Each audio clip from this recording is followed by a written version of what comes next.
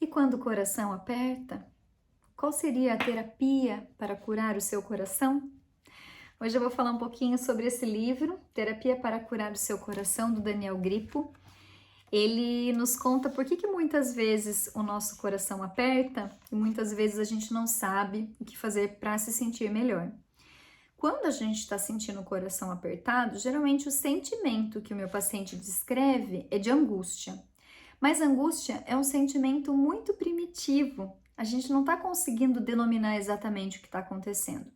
Se você não refina o seu olhar, se você não entende por que você está se sentindo assim, fica difícil de você tomar uma decisão para se sentir melhor, porque você não entende o que está se passando com você. Então, o Daniel Grippo, de uma forma muito simples, mas muito profunda, muito completa, ele fala um pouquinho sobre o coração e eu gostaria de dividir alguns trechinhos desse livro com vocês, tá?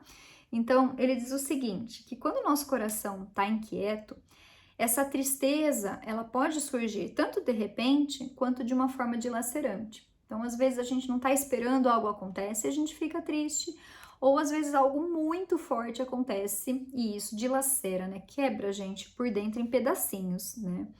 Ele diz também que muitas vezes a tristeza ela pode vir em decorrência de uma dor e muitas vezes ela vem, se instala e não deixa mais a gente em paz.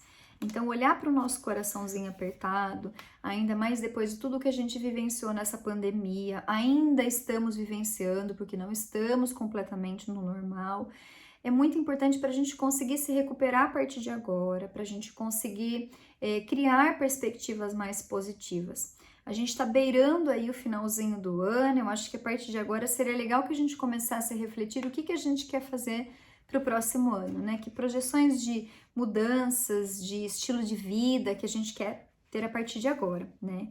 Então é interessante que ele fala assim, que o nosso coração, ele pode doer quando alguém que a gente amava morreu. Para mim foi muito difícil esse ano, eu perdi um primo que tinha a mesma idade que eu, uma diferença de meses, extremamente doloroso, né? Uma sensação que a gente fica assim, né, de dilacerar mesmo, né, de não acreditar. Apesar da gente não conviver muito, era um primo que eu gostava muito, a gente passou muitas das nossas viagens de férias na praia, convivíamos na casa da minha avó quando éramos pequenos, então assim, saber dessa finitude da vida é algo muito doloroso, né, então assim, sei que muitos de vocês ficaram também com esse buraco esse ano para lidar, né. Ele diz também que talvez a gente esteja preocupado com uma doença ou a possibilidade de uma doença, né? Quantas vezes a gente vai criando também os nossos fantasminhas internos, né? E a gente acaba ficando com medo que algo aconteça. Às vezes temos um histórico familiar também de alguma situação de doença, a gente tem medo, ou simplesmente a gente acaba realmente adoecendo e tendo que lidar com isso, né? Eu também passei por isso esse ano, não sei vocês, mas tive também aí algumas questões de saúde, graças a Deus vencidas, mas que me exigiram, né, descanso, reflexões, mudanças.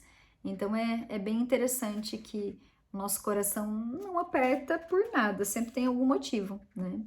Ele diz que pode ser também um relacionamento não só que tenha terminado, mas às vezes o luto que você enfrenta estando com alguém que você se relaciona e essa pessoa é totalmente diferente daquilo que você sonhou.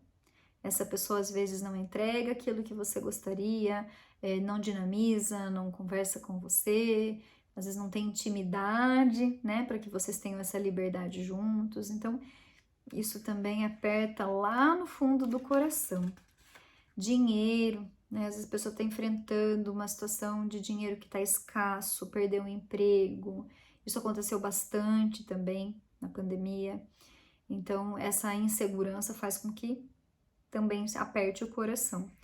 E veja, apertar o coração, às vezes a gente pode pensar como algo ruim, mas na verdade é um sinalzinho do nosso corpo de alerta para a gente fazer uma mudança.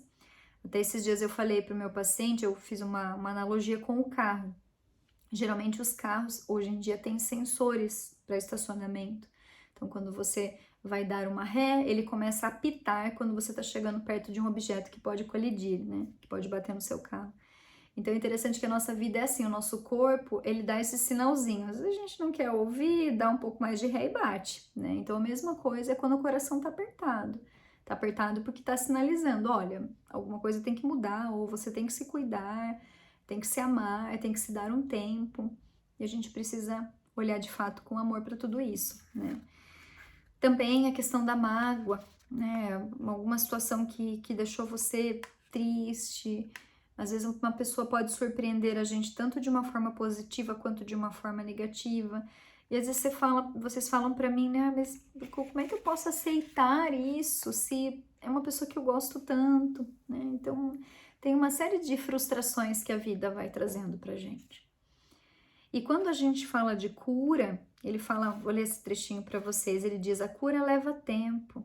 Ela não acontece num dia ou numa semana. Um coração ferido reage como um corpo machucado. Quanto mais fundo for o corte, mais tempo levará para cicatrizar.